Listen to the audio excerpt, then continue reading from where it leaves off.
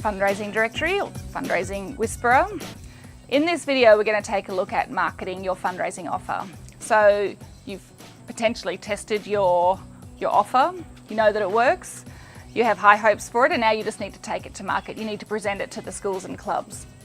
Obviously, we could work with you on that, and in the next video, we sort of go about how we approach these things. But there's certain bits of advice that we give to all of our suppliers to, present their best face. I always recommend that our suppliers collect testimonials or case studies, particularly if you haven't been around for a very long time. They're going to be even more important because they add that sort of credibility, the relatability. The thing about volunteer committees is they can be quite conservative.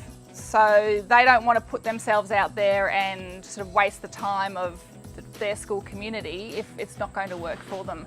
So the more reassurance you can give them with stories of groups that have been successful with you, the better. And that goes for your customer service as well. If you've got testimonials on how great you are to deal with, how supportive you are to deal with, this all helps. In terms of your marketing material, we recommend to keep it simple. Again, because you're dealing with a committee, you're actually dealing with the most conservative person on that committee. And so, if one person doesn't understand what you're doing, it'll just go in the too hard basket. You'll no doubt have a website that sort of sets out what you do.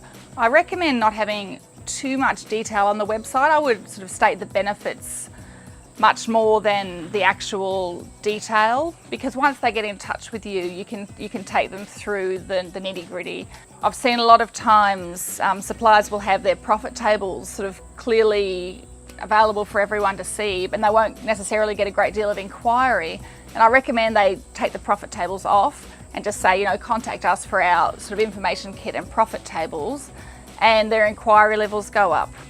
And so, the groups aren't making a decision based purely on the price. You actually get to engage with them and then, deal with any objections or concerns they might have. There are plenty of ways of taking your fundraising offer to market. There's direct mail, Facebook advertising, Google advertising.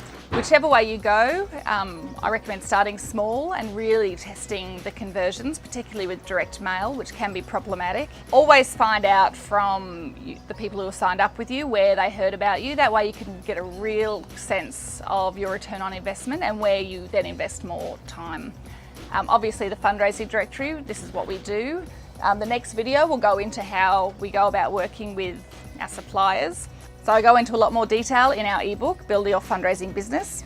Like us on Facebook, and I'll see you in the next video.